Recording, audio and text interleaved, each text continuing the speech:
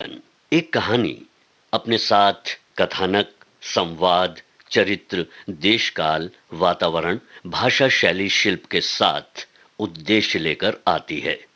और जब गीत संगीत के साथ रेडियो पर इसका मिलन होता है तो गीतों भरी कहानी कहलाती है। आइए सबसे पहले सुनते हैं प्रेम श्रीवास्तव की लिखी कहानी अंगूठी। कॉलेज से निकलकर सब लड़कियों ने अपने अपने घर की राह ली। चलते चलते कोई किसी सहेली को छेड़ रही थी तो कोई किसी प्रोफेसर की बुराई कर रही थी। निर्मल भी अपनी टोली में ठिलाती जा रही थी। उसकी सबसे प्यारी सखी मधु भी उसके साथ थी। गली के मोड़ पर आकर निर्मल ने सबसे विदा लेनी चाहिए तो अचानक मधु ने उसका हाथ पकड़कर इतने जोर से टाटा की कि बेचारी निर्मल तिलमिला उठी। उसी झटके में उसकी उंगली से अंगूठी निकलकर न जाने कहां जा गिरी और साथ ही निर्मल हाय मेरी अंगूठी कहकर चीख उठी। निर्मल की चीख सुनकर सभी सिरपिटा गए। देखते ही देखते सारी खुशी खाक में मिल गई। पल भर में ही सारा वातावरण गंभीर हो गया। सभी तो निर्मल की अंगूठी ढूंढने में लग गए, पर शरीर मधु फिर भी अपने शैतानी से बाज नहीं आई। काहे को दिल छोटा करती हो? आखिर शादी की अंगूठी तो थी नहीं। मधु तुम्हें तो हर समय हंसी ही सूझती है। पूछ लो ना रानी से, पिछले बर्थडे पर मम्मी ने दी थी। अब वो पूछेंगी तो क्या जवाब दूंगी? तुम क्या जानो कितनी कीमती अंगूठी थी वो। खैर, मतलब ये कि सब लड़कियां इधर उधर अंगूठी की खोज में लगी हुई थीं कि अचानक एक नौजवान साइकिल हाथ में लिए वहां निकला और बड़ी बेबाकी से उसने पूछा, माफ कीजिए, क्या मैं जान सकता हूँ आप सब किस लिए इतनी परेशान हैं? एक सोने की अंगूठी खो गई है। ओह, किसकी? ये निर्मल रानी जो खड़ी रो रही है ना, इनकी। नौजवान ने एक उचटती सी नजर निर्मल पर डाली। आंख से आंख मिलते ही निर्मल का मुख लज्जा से लाल हो गया। उसकी पलकें झुक गईं और दो बूंद आंसू इस तरह उसके गालों पर ढुलक आए जैसे शबनम के दो कतरे गुलाब की पंखुड़ियों पर झिलमिला उठे हों। उधर युवक के होठों पर मुस्कुराहट की एक लहर दौड़ गई। उसने साइकिल एक तरफ रख दी और अंगूठी की तलाश में सबका हाथ बटाना शुरू कर दिया। भाई, मुझे तो ऐसा मालूम होता है कि अंगूठी इस नाले में लुढ़क गई है। कहिए तो इसमें उतर कर देखूं। नहीं, रहने दीजिए। आप क्यों तकलीफ करते हैं? इस गंदे नाले में कहाँ उतरेंगे आप? नहीं, इसमें तकलीफ की क्या बात है। कोशिश कर देखने में तो कोई हर्ज नहीं, शायद मिल ही जाए। नहीं, आप ऐसा न कीजिए। भाग्य में होगी तो... हाँ, ये भाग्य वाली बात आप बिल्कुल ठीक कहती हैं। और मेरा दिल कह रहा है कि आपकी खोई हुई अंगूठी आपको जल्द ही फिर मिल जाएगी। और ये कहकर उस युवक ने साइकिल उठाई और अपनी राह ली। निर्मल एक टक उसे जाते हुए देखती रही। आखिर मधु ने उसकी तंद्रा भंग करते हुए कहा, क्यों निर्मल, अंगूठी के साथ दिल भी दे बैठी हो क्या? फिर वही मजाक? अच्छा ये बात है, तो लो मजाक खत्म। हाँ देख लो, अब मैं बिल्कुल सीरियस हूँ। बस क्या? बस ये कि तुम्हें ये भी पता है कि वो कौन थे? वो थे mister Kumar, university cricket team के कैप्टन। लेकिन तुम्हें ये सब कैसे मालूम? मैंने तो एक बार उन्हें मैच में देखा जो है। और हाँ, वो सिर्फ चोटी के खिलाड़ी ही नहीं बल्कि गाते भी बहुत अच्छा है। हाँ सच मानो, तुमसे भी अच्छा गाते होंगे। मुझे इससे क्या? तुम्हें उनसे कुछ है या नहीं ये तो मैं नहीं जानती, पर उन्हें तुमसे कुछ जरूर जान पड़ता है। और हाथ कंगन को आरसी क्या, तभी तो वो तुम्हारी अंगूठी को ऐसे खोज रहे थे जैसे उसी के साथ उनका दिल भी खो गया हो। कहो, ये तो सच कहती हो ना? बिल्कुल झूठ। लेकिन सच ये है कि कुमार ही निर्मल को अपना दिल नहीं दे बैठा था, बल्कि निर्मल ने भी जब से कुमार को देखा था उसी की हो गई थी। अब हर समय उसकी नजरों के सामने वही दृश्य नाच उठता था जबकि उसने कुमार को पहली बार देखा था और देखते ही लज्जा से उसका चेहरा लाल हो गया था। राम जाने क्यों ठगी सी रह गई, जबकि पहली बार तुमसे मैं मिली। राम जाने धड़कने खुद ही सुरीली बन गई, जबकि पहली बार तुमसे मैं मिली। राम जाने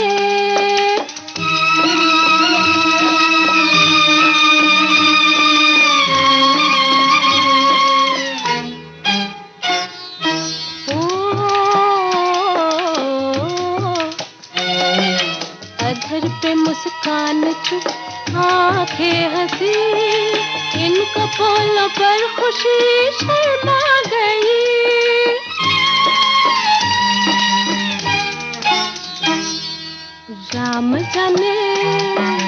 राम जाने क्यों खुशी शर्मा गई, जबकि पहली बार तुमसे मैं मिली, राम जाने।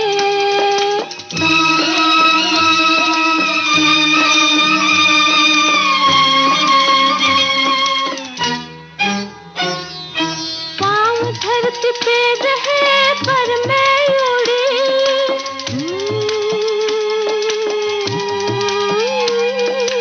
पाँव धरती पे रहे पर मैं उड़ी, रोम में उल्लास बन के छा गई, बन के छा गई। राम जाने क्यों ठगी सी रह गई, जबकि पहली बार तुमसे मैं मिली, राम जाने।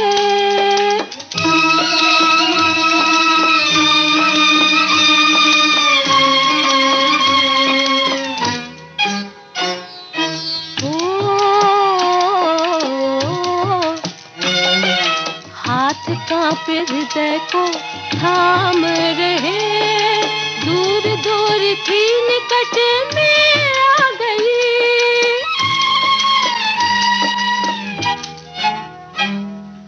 राम जाने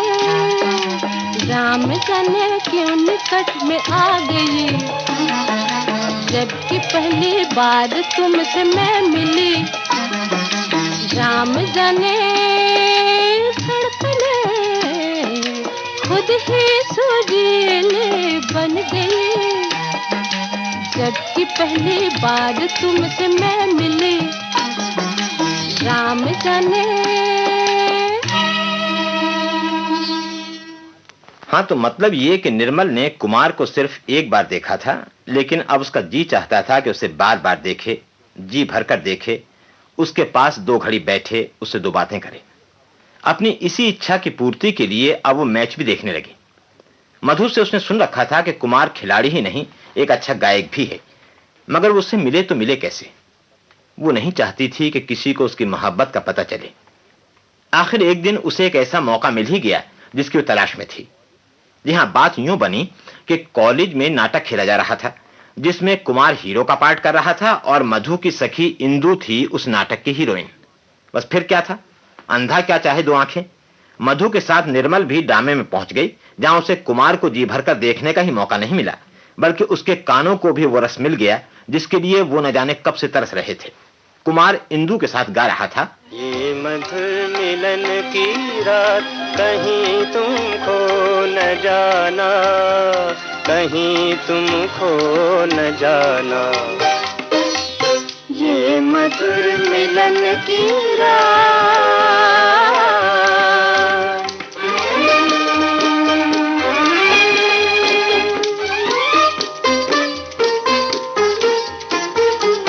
फिर से चिरावा हो गई मेरी अंधेरी ये रातें।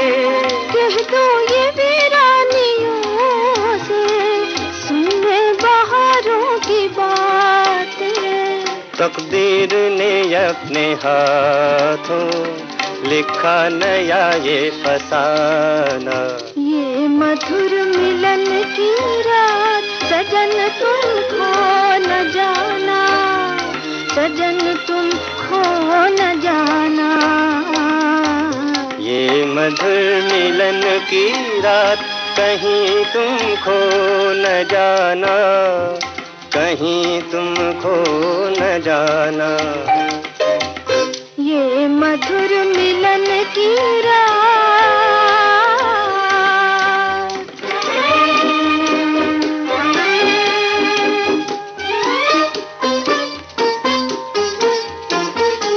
फूलों ने पलके बिछाए, तारों ने मोती लुटाए। कह दो ये चंदा से जाकर, बदली ने जामू छुपाए। जाग उठी है तमन्ना, सोया हुआ है जमाना। ये मधुर मिलन की रात, सजन तुम खो न जाना, सजन तुम खो न जाना। ये मधुर मिलन की रात, कहीं तुम खो न जाना, कहीं तुम खो न जाना। ये मधुर मिलन की रात।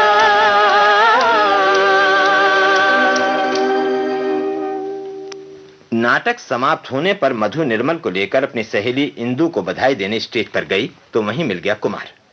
मधु ने पहले तो इंदु को उसके अभिनय और गाने पर बधाई दी और फिर कुमार से बोली, आपने तो कमाल ही कर दिया मिस्टर कुमार। धन्यवाद। अच्छा, आप भी आई हैं? क्या नाम है आपका? हाँ, निर्मल जी। अजी, ये आई क्या है, लाई गई है। जी हाँ, बड़ी मुश्किल से घसीट कर लाई हूँ। देखिए ना, अंगूठी के गम में किस कदर दुबली हो गई हैं। वो तो दिखाई ही दे रहा है, लेकिन ऐसा भी क्या दुख, जी है तो जहान है। अब तो भूल ही जाना चाहिए इन्हें उस बात को। भूल कैसे जाए, अंगूठी में दिल जो जड़ा था इनका, वो भी तो जाता रहा। मधु, अरे आप इनके कहे का बुरा क्यों मानती? ईश्वर ने चाहा तो एक की जगह दो दिल मिल जाएंगे। लेकिन देखिए निर्मल जी, मिल जाए तो हमें भी खबर दे दीजिएगा, भूलिएगा नहीं। निर्मल लज्जा के मारे मानो धरती में गड़ गई और फिर फौरन ही वो मधु को घसीटते हुए बाहर ले गई। दिन बीतते गए और साथ ही छोटी सी पहचान प्रीत में बदलने लगी। अब निर्मल का मन पढ़ाई में बिल्कुल न लगता। जब भी वो कोर्स की कोई किताब खोलकर सामने रखती तो आंखों के सामने कुमार का चित्र नाच उठता और फिर पढ़ना छोड़ वो कोई प्रीत का गीत गुनगुना उठती। जीवन सोना प्यार बिना, जीवन सोना प्यार बिना, जैसे बाग बहार बिना, जैसे बाग बहार बिना, जीवन सोना प्यार बिना, जीवन सोना प्यार बिना।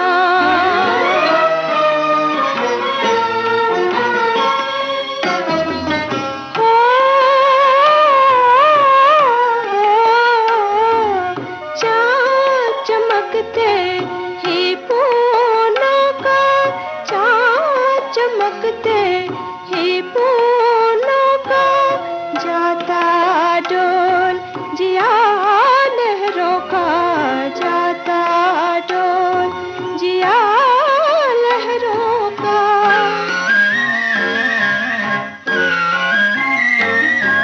सागर का है पार नहीं, सागर का है पार नहीं, पर जड़ है वो भी ज्वार बिना, जीवन सोना प्यार बिना, जीवन सोना प्यार बिना।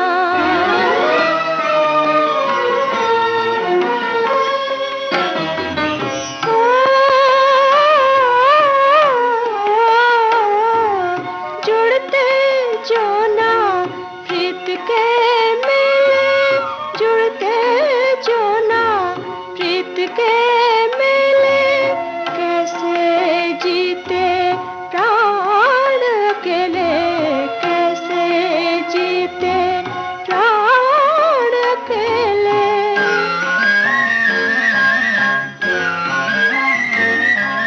क्या झलकार सुनाती वीणा, क्या झलकार सुनाती वीणा, तुम ही बताओ तार बिना, जीवन सोना प्यार बिना, जीवन सोना प्यार बिना, जैसे बाग बहार बिना, जैसे बाग बहार बिना, जीवन सोना प्यार बिना, जीवन सोना प्यार बिना।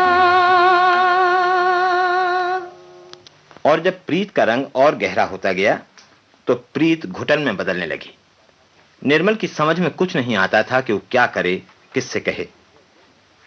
आखिर इसी उधेड़-बुन ने उसे बीमार डाल दिया और दिन ब दिन उसकी हालत खराब होती गई। उसकी गिरती दशा को देखकर उसके माता पिता चिंतित हो उठे और परीक्षा के बाद आब हवा बदलने के लिए उन्होंने निर्मल को शिमले भेज दिया।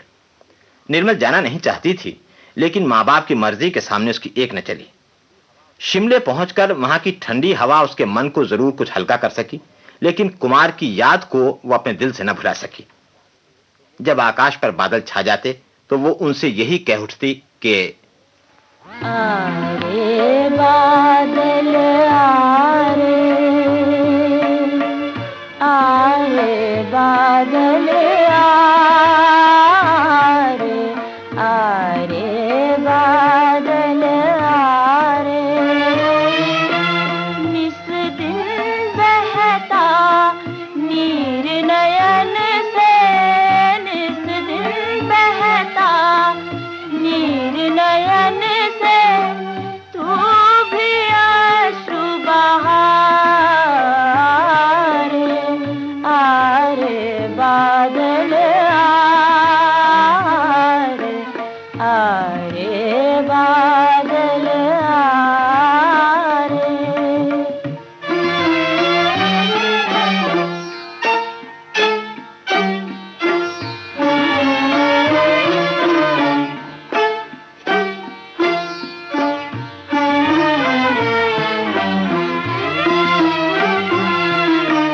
टूट गए हैं मेरे सपने, छूट गए हैं मेरे अपने, सुना लगता घर आंगन जग, सुना लगता घर आंगन जग, आकर मन बहला रे, आरे बादल आरे, आरे बादल आरे।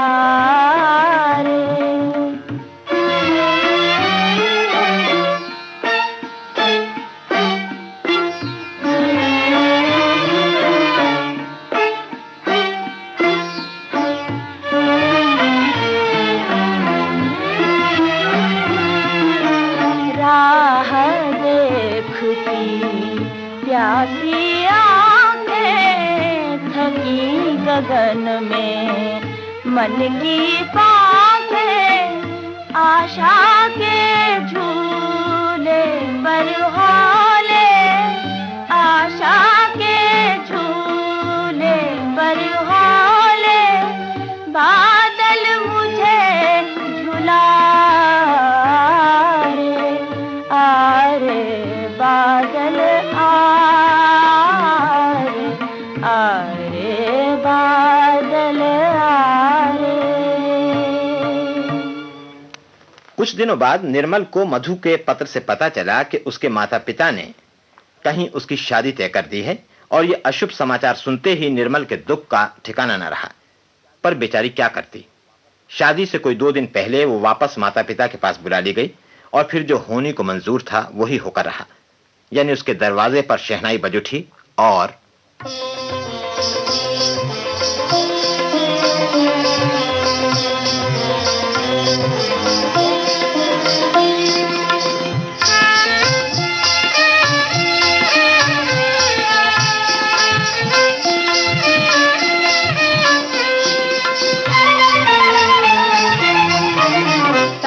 ताथे ताथैया घूंघर झनकाओ, ताथे ताथे ताथैया घूंघर झनकाओ, सजन आए रे दुल्हन को सजाओ, ताथे ताथे ताथैया घूंघर झनकाओ। ऐसा बनाया सखी दुल्हन मोहे, छोड़ गया मोरा बचपन मोहे,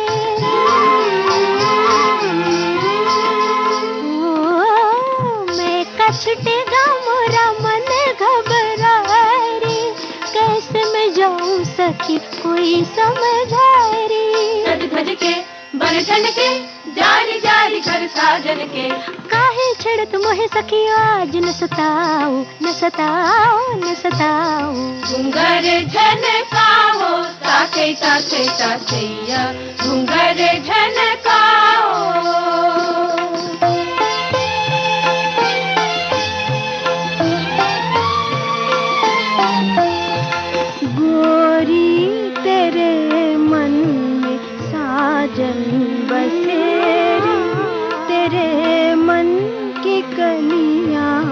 हमेशा खिलेरी सदा तो सुहागिन रहे मोरी गुड़िया, मगर याद रखना ये बाबुल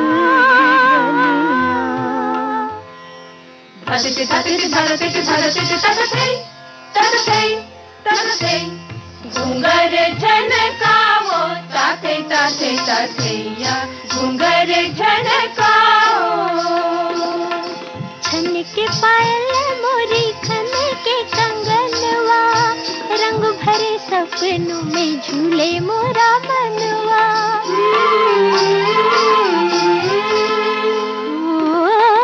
कैसे रिझाऊं मन मीत बता दो, प्रीत करने की रीत बता दो। चल के बल चल के जार जार कर साजन के, काहे छेड़ तुम है सखिया, आज न सताओ न सताओ न सताओ। घुंगर झनकाओ ताते ताते तातैया, घुंगर झनकाओ। सजन आए रे दुल्हन को सजाओ ताते ताते तातैया, घुंगर झनकाओ ताते ताते तातैया, घुंगर झनकाओ ताते ताते तातैया, घुंगर झनकाओ ताते ताते तातैया, घुंगर झनकाओ ताते ताते तातैया, घुंगर ताते ताते तातैया, ताते ताते तातैया।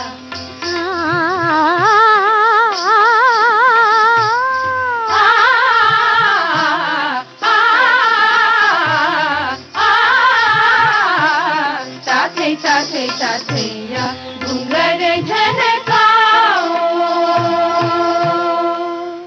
लेकिन ये क्या? अचानक मधु दौड़ती हुई निर्मल के पास आई और उसके गले में लिपटती हुई उसके कान में बोली, अब तो मुंह मीठा करा दो रानी जी। नहीं मधु, तुम तो सब कुछ जानती हो। मुझे कहीं से चुटकी भर जहर ला दो, ताकि मैं उसे खाकर हमेशा के लिए सो जाऊं। क्या हो गया है तुमको निर्मल? ऐसी खुशी के मौके पर ऐसी अशुभ बातें मुंह से क्यों निकालती है? पता भी है बाहर घोड़ी पर कौन बैठा है? होगा कोई, मुझे उससे क्या वास्ता। अच्छा जी, अंगूठी वाले कुमार से तुम्हारा कोई रिश्ता ही नहीं? मधु। हाँ हाँ सच कह रही हूँ, विश्वास ना हो तो बाहर जाकर खुद देख लो। और निर्मल खुशी के मारे मधु से लिपट गई। और शादी के बाद जब निर्मल ने कुमार की उंगली में अपनी खोई हुई अंगूठी देखी तो चौंक पड़ी। अरे ये तो मेरी वही खोई हुई अंगूठी है। जी हाँ, मैंने कहा ना था कि आपकी खोई हुई अंगूठी आपको जल्द ही फिर मिल जाएगी। और मेरा दिल? जी, उसकी आप चिंता न कीजिए, वो मेरे दिल के सेफ में रखा है ताकि खो ना जाए।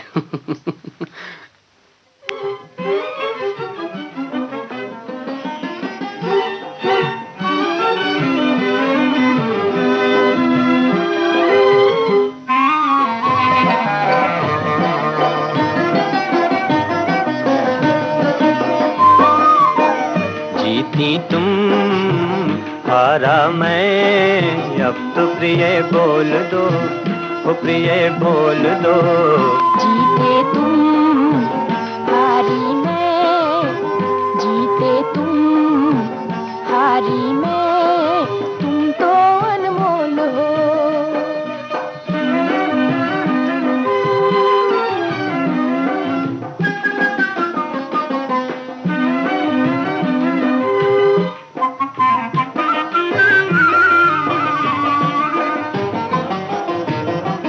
मान गया तुमने ही पाया वरदान है,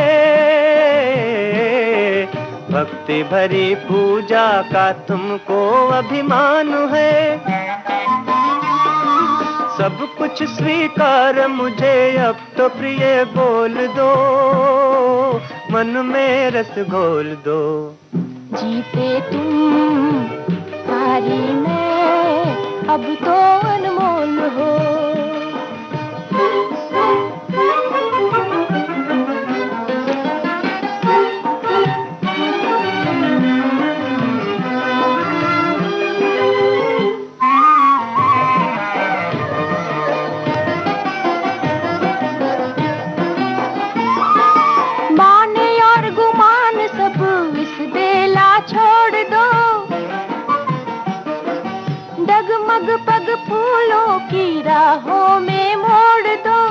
मुस्कुरा बहार कहे, अंतर पट खोल दो, मन में रस घोल दो। जीती तुम हारा मैं, अब तो प्रिय बोल दो, ओ प्रिय बोल दो। जीते तुम हारी मैं, अब तो अनमोल हो।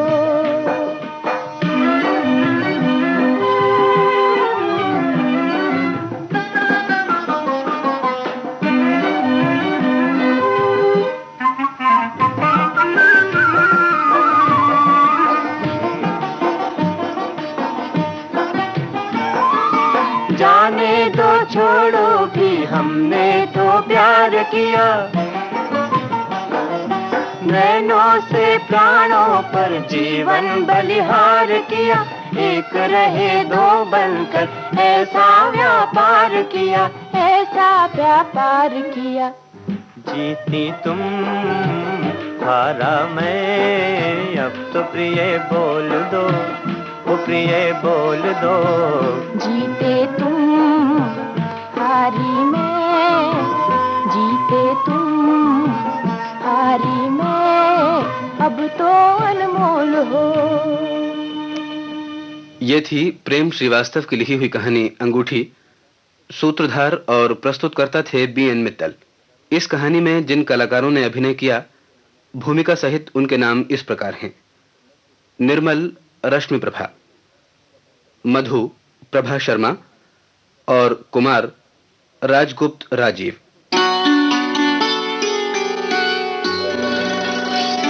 इस कार्यक्रम में आगे बढ़ने से पहले आइए सुनते हैं एक गीत।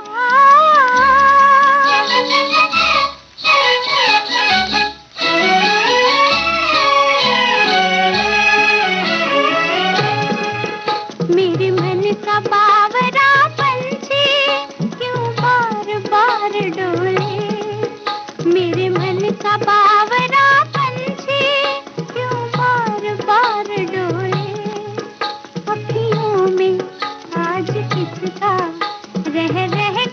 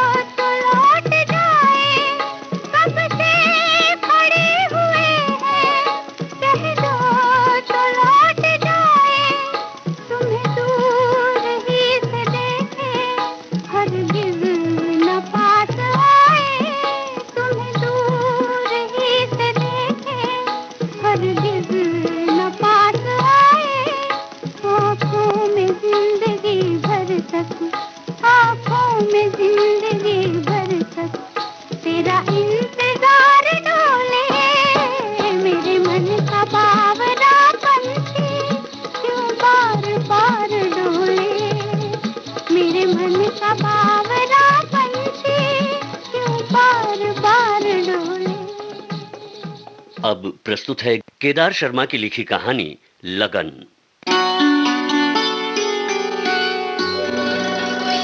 डॉक्टर प्रमोद ने कदमपुर में कदम रखते ही स्वयं को अकेला पाया, बहुत अकेला। प्रमोद का सहायक था बाल मुकुंद। प्रमोद की उदासी उससे छिपी न थी। वो जानता था कि डॉक्टर साहब की गाड़ी के पहियों में जंग लग गया है। उसे राह पर लाने के लिए 2 बूंद तेल की जरूरत है, बस फिर सरपट चल निकलेगी। उसने प्रमोद को कई बार सुझाया कि वे लोगों से मिला जुला करें, लोगों के यहां जाया करें, उन्हें अपने यहां बुलाया करें, मन बहलेगा तो उदासी भी दूर होगी। पर सच यह था कि डॉक्टर प्रमोद के मानसिक स्तर वाला परिवार कदमपुर में न था। ले दे के राजा साहब की हवेली में उनके दीवान साहब अपने दिन बिता रहे थे। राजा साहब के परिवार के सारे सदस्य शहर में जा बसे थे। केवल दीवान साहब थे जो अपने मालिक की टूटी फूटी हवेली और बची खुची इज्जत की देखभाल करते थे। दीवान साहब के यहां बाल मुकुंद का आना जाना था। एक दिन वो प्रमोद को वहां ले ही गया। सरकारी अस्पताल के नए डॉक्टर का स्वागत करने के लिए दीवान साहब आगे बढ़े। आइए आइए डॉक्टर साहब। अहो भाग्य मेरे जो आपने मुझ गरीब की झोपड़ी में पधार कर मुझे धन्य किया। अब बाल मुकुंद अक्सर आपकी चर्चा करते थे। अब पधारिए ना। जी जी हाँ। संकोच न कीजिए, इसे अपना ही घर समझिए। मैंने बाल मुकुंद से कई बार कहा कि वो आपको यहाँ लाएं। मैं ठहरा बूढ़ा आदमी, कहीं जाने आने की इच्छा नहीं होती।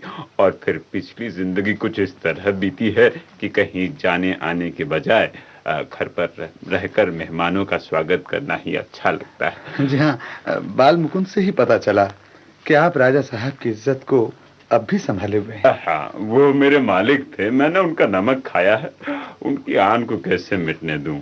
राजा साहब भले ही ना हों इस हवेली में, पर मेहमान का आदर सत्कार तो अब भी वैसा ही होगा। आइए, घर के अन्य लोगों से आपका परिचय करा दूं। आइए आइए आइए। घर के अन्य लोगों में दीवान साहब की बीमार पत्नी थी और थी उनकी इकलौती बेटी मीना। दीवान साहब की पत्नी को अक्सर सिर में दर्द रहा करता था।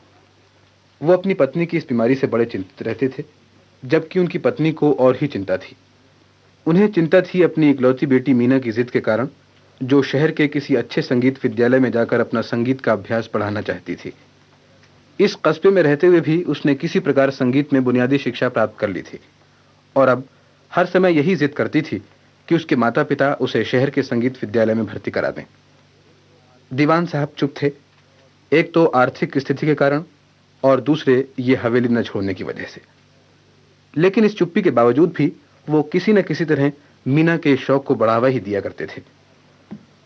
डॉक्टर प्रमोद के बहुत आग्रह करने पर भी मीना गीत सुनाने को तैयार न हुई, तो दीवान साहब ने ही आज्ञा दी कि वो मेहमान का आग्रह स्वीकार कर एक गीत अवश्य सुनाए।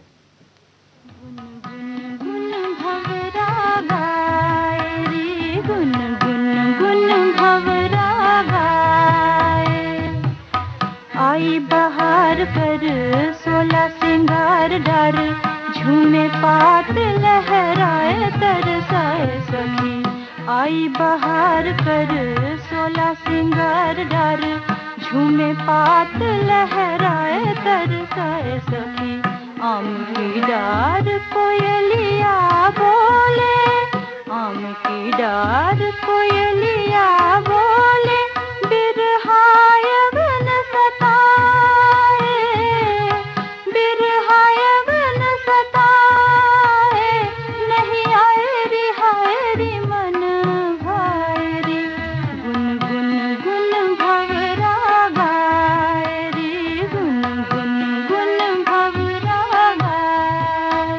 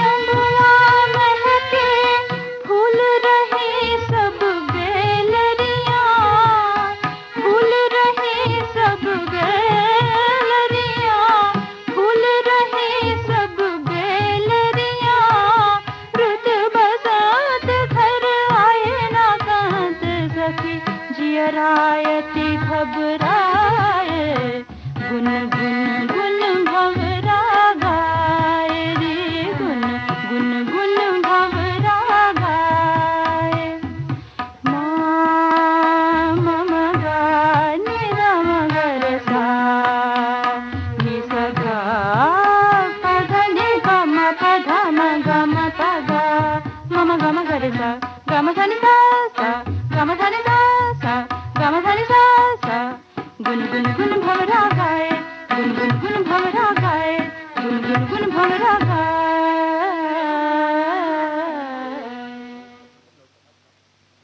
प्रमोद जब घर लौट रहा था तो इसी गीत की पंक्तियां उसके होठों पर थीं। संगीत के प्रति मीना की लगन, बात करने की उसकी सरलता, उसका मधुर स्वर और गीत की ये पंक्तियां, इन सब ने मिलकर प्रमोद पर कुछ ऐसी छाप डाली कि वो मुदित मन गाता गुनगुनाता पैदल ही घर तक पहुंच गया। अपने कमरे में पहुंचकर कुछ देर तो वो बिस्तर पर यूं ही लेटा रहा, फिर उठकर ट्रंक खोला और ट्रांजिस्टर निकालकर मेज पर रख लिया।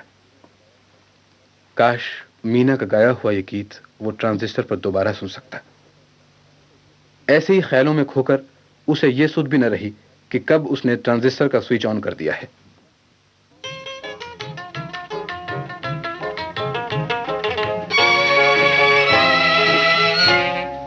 खिल रही है चांदनी, मस्त है हवा, आज कोई भूल कर याद आ गया।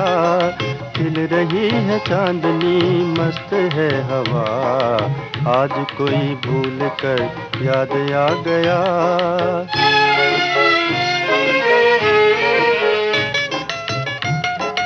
गोल गोल चांद की जादू भरी रात है, गोल गोल चांद की जादू भरी रात है। क्या ये प्रीत प्यार भी अपने बस की बात है, क्या ये प्रीत प्यार भी अपने बस की बात है। ये तो खास दिल का है, दिल से वास्ता, आज कोई भूल कर याद आ गया। खिल रही है चांदनी, मस्त है हवा, आज कोई भूल कर याद आ गया।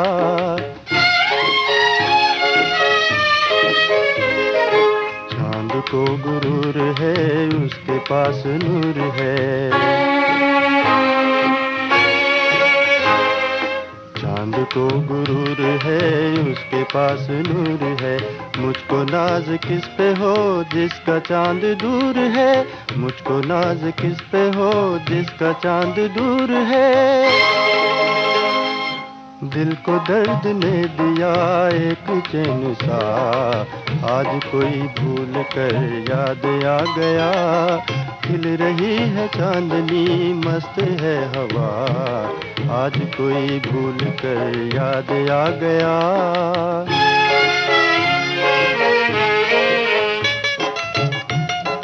ये हवा ये चांदनी छाई है बहार सी, ये हवा ये चांदनी छाई है बहार सी। इस फिजा में हो गई रूह बेकरार सी, इस फिजा में हो गई रूह बेकरार सी। दिल में प्यार का दिया फिर से जल उठा, आज कोई भूल कर याद आ गया। खिल रही है चांदनी, मस्त है हवा, आज कोई भूल कर याद आ गया।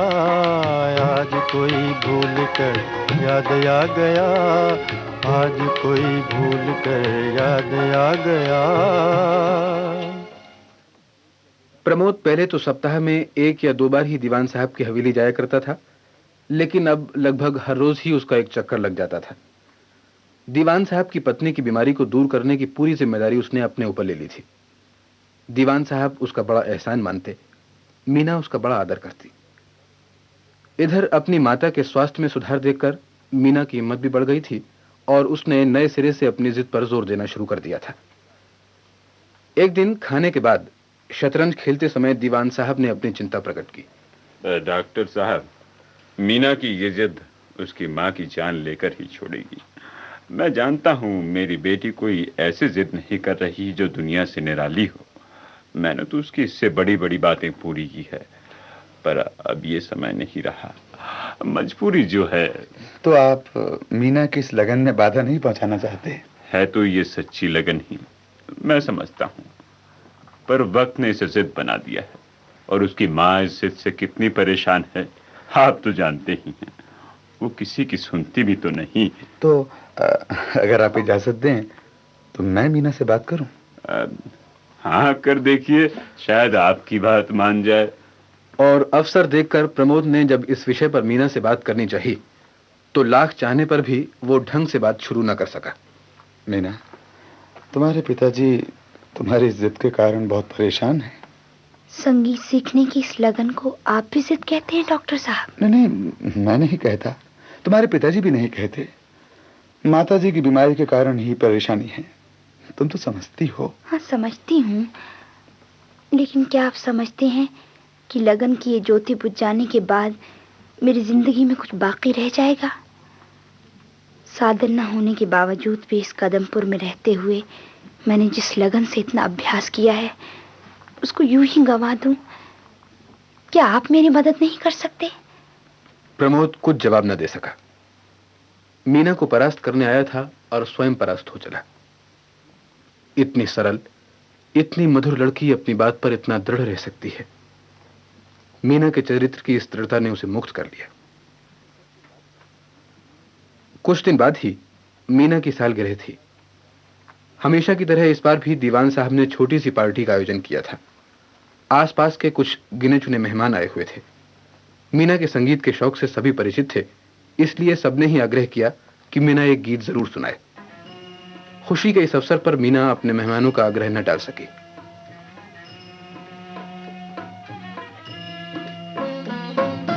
तुम मेरे जीवन धन हो, कैसे तुमको बिसराऊं। तुम मेरे जीवन धन हो, कैसे तुमको बिसराऊं। अंतर सरगम बजता है अब, आओ प्रिय मैं भले जाऊं। अंतर सरगम बजता है अब, आओ प्रिय मैं भले जाऊं। तुम मेरे जीवन धन हो।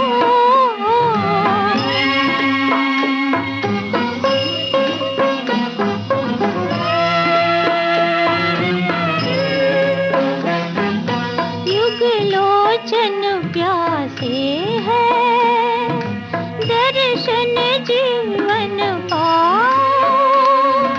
युगलोचन प्यासे है, दर्शन जीवन पाओ।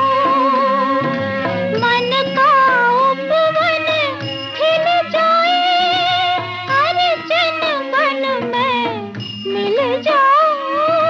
हर जन मन में मिल जाऊं। तुम मेरे जीवन धन हो।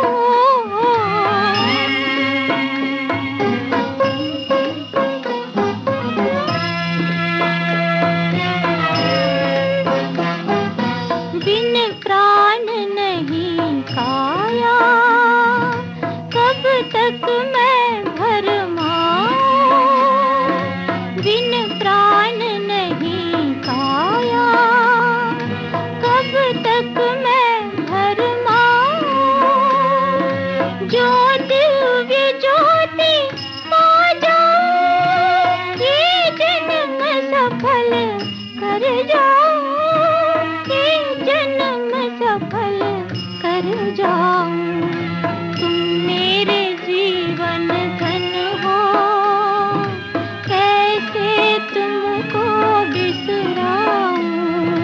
अंतर सरगम बजता है अब, आओ प्रिय मैं भले जाऊं।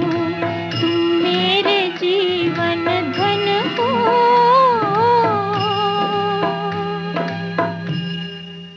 पार्टी जल्दी ही समाप्त हो गई।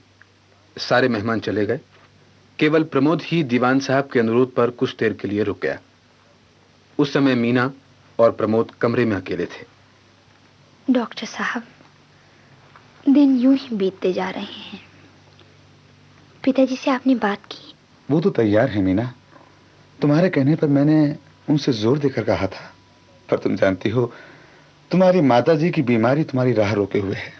आप उनकी बीमारी को जल्दी ही दूर क्यों नहीं कर देते? मेरे वश में तो है नहीं मीना, कोशिश कर रहा हूं। तुम्हारी समस्या पर मैंने बहुत गौर किया। सिर्फ एक रास्ता है, तुम शादी करके शहर चली जाओ। माताजी की दुश्चिंता भी दूर हो जाएगी और तुम्हारी साथ भी पूरी होगी। बोलो, अगर तैयार हो तो मैं दीवान साहब से बात चलाऊं? मीना कुछ न बोली। कुछ शर्माकर, कुछ सकुचाकर कमरे से चली गई। प्रमोद भी घर लौट आया। एक दिन की बात है, प्रमोद ड्यूटी पर था। अस्पताल में उसे मीना के हाथ की लिखी एक चिट मिली। लिखा था, पिताजी शहर गए हुए हैं, माताजी की तबीयत अचानक बहुत घबरा गई है, आप तुरंत आइए। अपना काम खत्म करके प्रमोद हवेली पहुंचा। दीवान साहब की पत्नी सिर दर्द से छटपटा रही थी। प्रमोद ने तुरंत उपचार किया और थोड़ी ही देर बाद उन्हें नींद आ गई। एकांत पाकर मीना बोली, मैंने आपकी बात पर बहुत गौर किया है डॉक्टर साहब, लेकिन इसका क्या भरोसा कि आपकी बात मान लेने से मेरी बात पूरी हो जाएगी। हो जाएगी मीना, मैं जानता हूं। समझ बूझ रखने वाला आदमी तुम्हारी इस लगन की कद्र करेगा। लेकिन ये विश्वास तो हो कि उस व्यक्ति में समझ बूझ है। तभी तो कह रहा हूं। मीना, मैं ये बात कई दिन से कहना चाहता था, किन शब्दों में कहूं? बस इतना जानता हूं कि तुम्हारी इस लगन पर मुझे बहुत श्रद्धा है, तुम्हारे निश्चय में मुझे विश्वास है, तुम्हारी खुशी में मुझे खुशी है। ओह, मैं शब्दों के जाल में उलझ गया। मीना, मैं तुमसे प्रेम करता हूं। मैं नहीं जानती कि मैं इस काबिल हूं भी या नहीं। डॉक्टर साहब, मैं आपका आदर करती हूं। हम पर आपके बहुत एहसान है। माताजी की देखभाल जिस तरह आपने की, घर का ही आदमी कर सकता है। पर आपकी बात का जवाब मेरे पास नहीं है। लेकिन मीना, पहले तो मुझे तुम्हारी रजामंदी चाहिए। बोलो, मुझसे शादी करने को तैयार हो? तैयार हूं, लेकिन एक शर्त पर। आप वचन दीजिए कि अपनी बात को पूरी तरह निभाएंगे। निभाऊंगा मीना। शादी करके मैं अपनी बदली शहर में करा लूंगा, फिर हम दोनों शहर में ही रहेंगे। तुम संगीत का अभ्यास करना, मैं तुम्हारे गीत सुनूंगा। अगर कहोगी तो तुम्हारे लिए गीत लिखूंगा भी। और आप पिताजी से कब बात करेंगे? जब तुम कहो। मुझे विश्वास है मैं उन्हें जरूर मना लूंगा। कल ही बात कर लूं? हाँ, कल ही कर लीजिए। देखिए, संभल के बात कीजिएगा। आपको तो डॉक्टर की हैसियत से बात करने की आदत है ना। तो फिर कल आपको मरीज की हैसियत से बात करनी होगी। कल डॉक्टर आप नहीं, पिताजी होंगे। मीना की बात सुनकर प्रमोद हंसता हुआ चला गया। इधर मीना अपने विचारों में खोई हुई मंद मंद मुस्कुराती खिड़की के पास आकर खड़ी हो गई। खिड़की से वो प्रमोद को जाते हुए देख रही थी। प्रमोद जब आंखों से ओझल हो गया तो वो लौटी और अनायास ही आईने के सामने आकर खड़ी हो गई। अपनी साथ को अचानक इस तरह पूरी होते देख उसे कुछ आश्चर्य भी हुआ और सुखद अनुभूति भी। वो सोचने लगी, क्या यह क्षण जीवन में इससे पहले नहीं आ सकता था? यदि पहले आ जाता तो आज इस उल्लास का कुछ और ही रंग होता। पर सच ये था कि आज भी इस खुशी ने उसे कल्पना लोक तक पहुंचा दिया था। संगीत में रंग कर उसके विचार आकाश के पंछी की तरह विचरण कर रहे थे।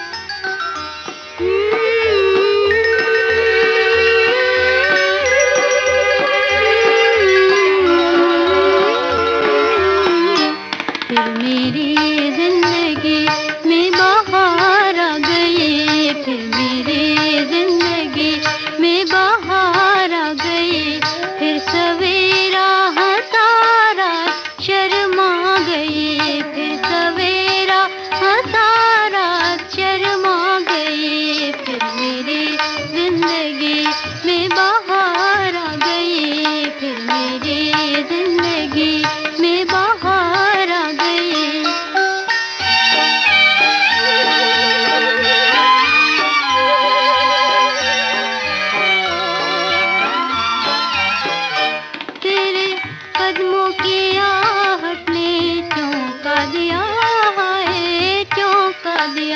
तेरे कदमों की आहट ने चौंका दिया है, चौंका दिया। मेरा दिल जो था मुद्दत से सोया हुआ, सोया हुआ। खुशी मेरे चारों तरफ छा गई, फिर मेरी जिंदगी में बाहर आ गई। फिर सवेरा हतारा शर्मा गई, फिर सवेरा हतारा शर्मा गई। फिर मेरी जिंदगी में बाहर आ गई, फिर मेरी जिंदगी में बाहर आ गई।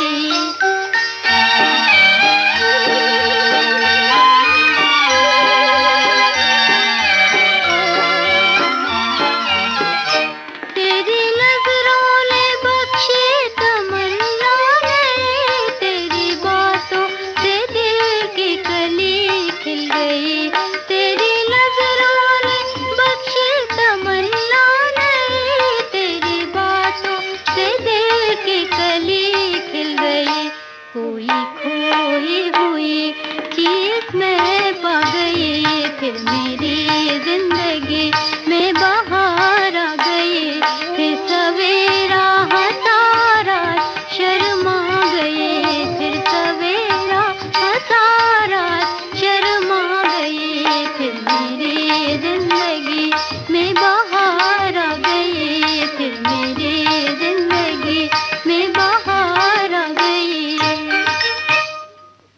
और अगले दिन जब प्रमोद दीवान साहब से अपनी शादी की बात करने आया तो मीना का हृदय बुरी तरह धड़क रहा था। मन में कुछ शंकाएं थीं, कहीं बात बिगड़ न जाए। दरवाजे की ओर से वो सब कुछ सुन रही थी।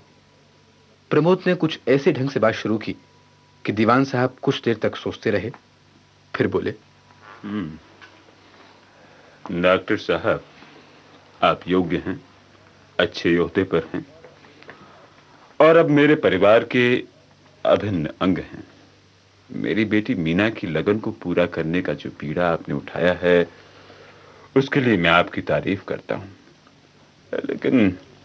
लेकिन सोचता हूं। कोई शंका है आपके मन में?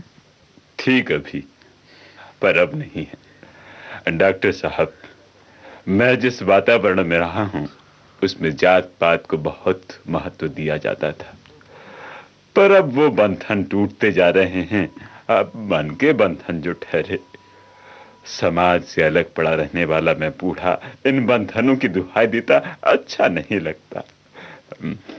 मेरी बेटी आपके साथ प्रसन्न रहेगी, इसमें मेरी खुशी ही है। दीवान साहब की पत्नी दुखी थीं, पर इस बात से उन्हें भी बहुत सुख था कि बेटी अपने घर जा रही है। प्रमोद ने अपना वचन पूरा किया। हाँ, मीना अब शहर के संगीत विद्यालय में अपना स्वप्न साकार करेगी और प्रमोद वहीं प्रैक्टिस करेगा। स्टेशन जाने का समय आया तो हवेली के बाहर काफी लोग जमा हो गए। कदमपुर के दीवान साहब की बेटी मीना जो विदा हो रही थी, लोगों के प्रिय डॉक्टर प्रमोद जो विदा हो रहे थे। विदाई की इस वेला में कोई भी तो खुश न था, यहां तक कि मीना और प्रमोद भी नहीं। बस कदमपुर वासियों की भावभीनी विदाई के स्वर वातावरण में गूंज रहे थे। पथिक फिर आना रे, पथिक फिर आना रे, जाकर अपने गांव नहीं बिसराना रे। पथिक फिर आना रे, पथिक फिर आना रे।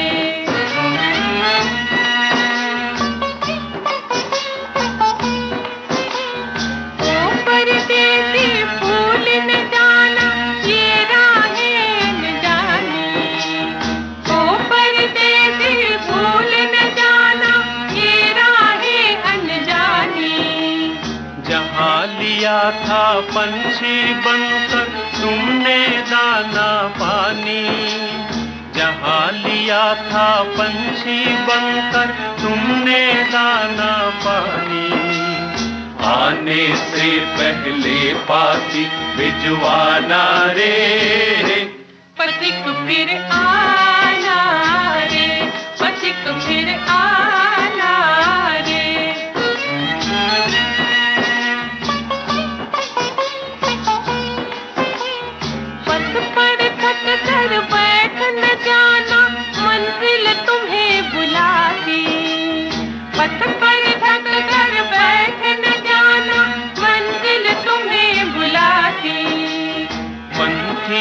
पत्थरों के ऐसी रीत न हमको आती, बंधी का पत्थरों के ऐसी रीत न हमको आती। गीत सिखाया हमने भूल न जाना रे, पथिक फिर आना रे, पथिक फिर आना रे।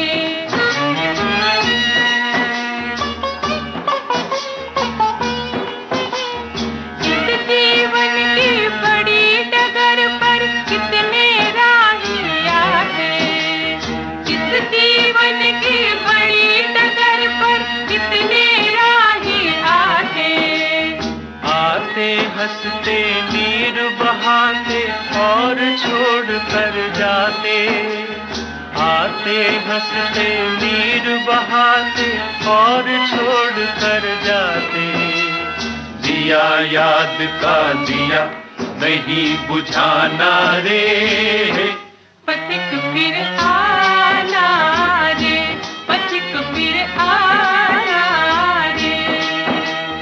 जाकर अपने गांव नहीं बिसराना रे, पथिक फिर आना रे, पथिक फिर आना रे। लगन, ये गीतों भरी कहानी सुनी। भाग लेने वाले कलाकार थे मीना पुष्पा बूटा, प्रमोद HK वर्मा, दीवान साहब शितांशु भूषण भादुड़ी, लेखक प्रस्तुतकर्ता और सूत्रधार थे केदार शर्मा। इसी के साथ आज की गीतों भरी कहानी संपन्न होती है।